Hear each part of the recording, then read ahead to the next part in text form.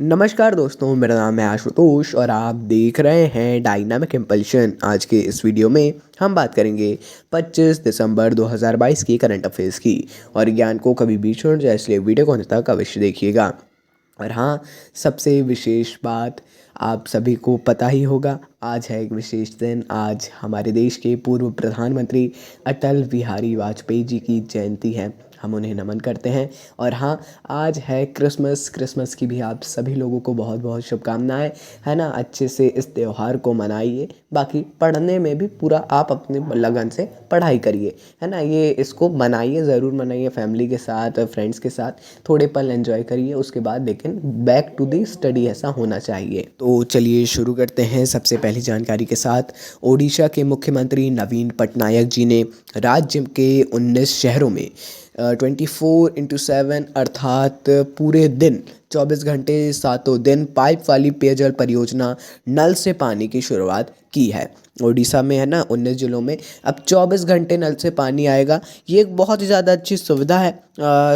जो सरकारी नल होते हैं वो ऐसे 2 समय 3 समय आते हैं, लेकिन अब यहाँ पे 24 घंटे आएगा जब आपकी इच्छा हो। बहुत ही ज़्यादा अच्छी परियोजना है। इस परियोजना से इन शहरों के लगभग 5.5 लाख लोग लाभान्वित होंगे। अच्छी बात है ना, और इम्पॉर्टेंट भी है।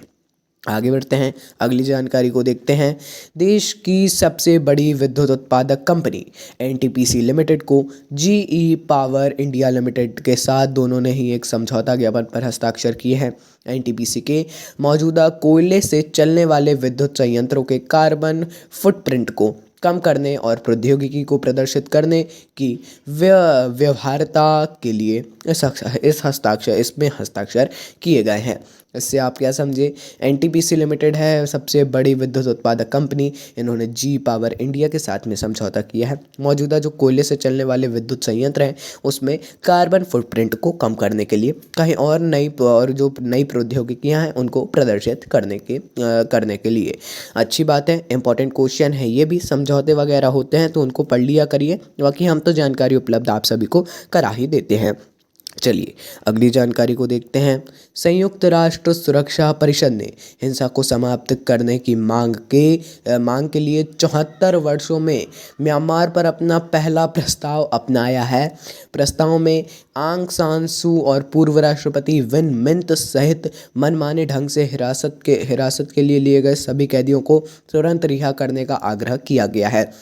देखिए, 74 सालों के बाद म्यांमार पे संयुक्त राष्ट्र सुरक्षा परिषद ने अपना पहला प्रस्ताव अपनाया है। इससे आप समझ सकते हैं कितनी बड़ी बात है। बाकी बहुत ही ज़्यादा इंपॉर्टेंट क्वेश्चन ये बन ही जाता है।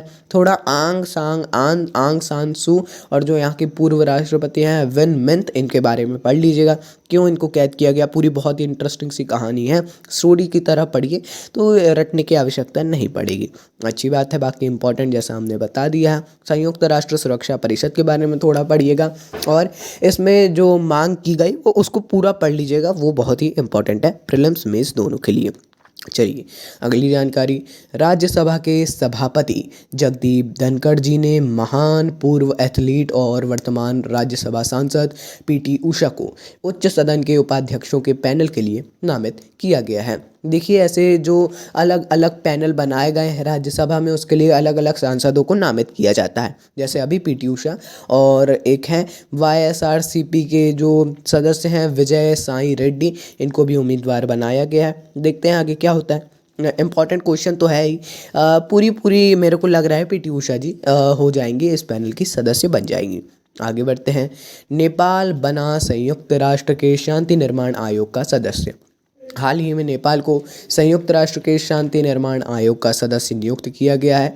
नेपाल मुख्य रूप से हिमालय में स्थित है, ये जनरल जानकारियां हैं, लेकिन इसमें भारत गंगा के मैदान के कुछ हिस्से भी शामिल हैं, जो उत्तर में चीन के तिब्बत स्वायत्त शासी क्षेत्र और दक्षिण पूर्व और पश्चिम में भारत की सीमा से जुड़ा हुआ है। ये तो सभी जानते ही हैं, बहुत जनरल बातें हैं।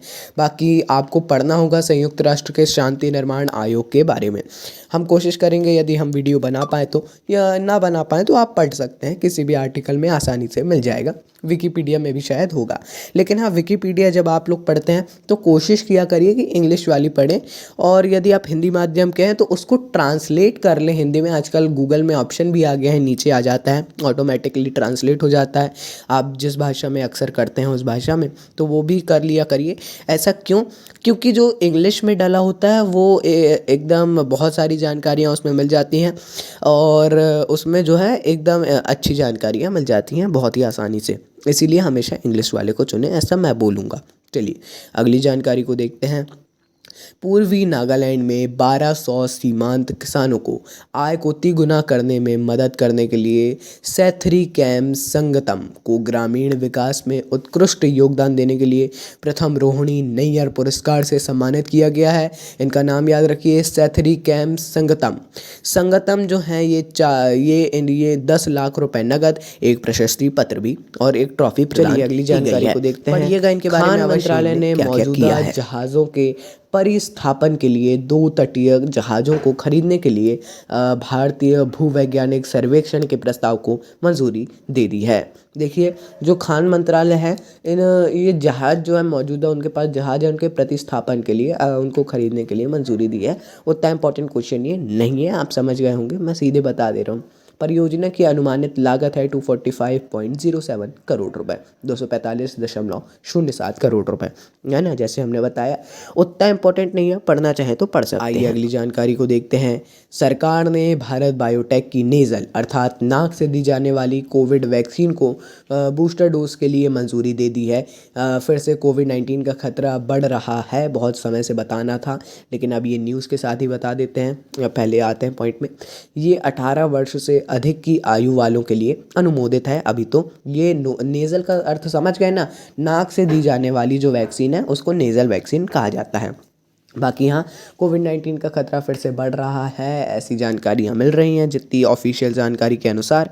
आप स्वयं से सतर्कता बरतिए। कुछ लोग तो अभी भी मास्क लगाते ही थे पहले, अब भी लगाएंगे, कुछ परिवर्तन नहीं आएगा। सैनिटाइज वगैरह करते रहिए, स्वच्छता सदैव होनी ही चाहिए, चाहे कोविड हो ना हो, उससे आपको कोई लेना देना नहीं होना चाहिए। अच्छी बात है। बाकी ऐसे ही आप लोग करते रहिए जैसा कर रहे हैं, बाकी नहीं कर रहे हैं तो अवश्य करिए। चलिए दोस्तों, ये अंतिम जानकारी थी। कुछ भी कन्फ्यूज़न हो, प्रतिदिन हम जैसा कहते हैं, कुछ भी कन्फ्यूज़न हो कमेंट में बताइएगा। बाकी मिलते हैं अगली वीडियो में नई जानकारी के साथ। ये शायद छुट्टियां वगैरह चल रही होंगी, पूरा छुट्टियों का सीज़न है, इसका पूरा सदुपयोग करिए। मिलते हैं अगली वीडियो में नई जानकारी के साथ। नमस्कार। Dynamic impulsion.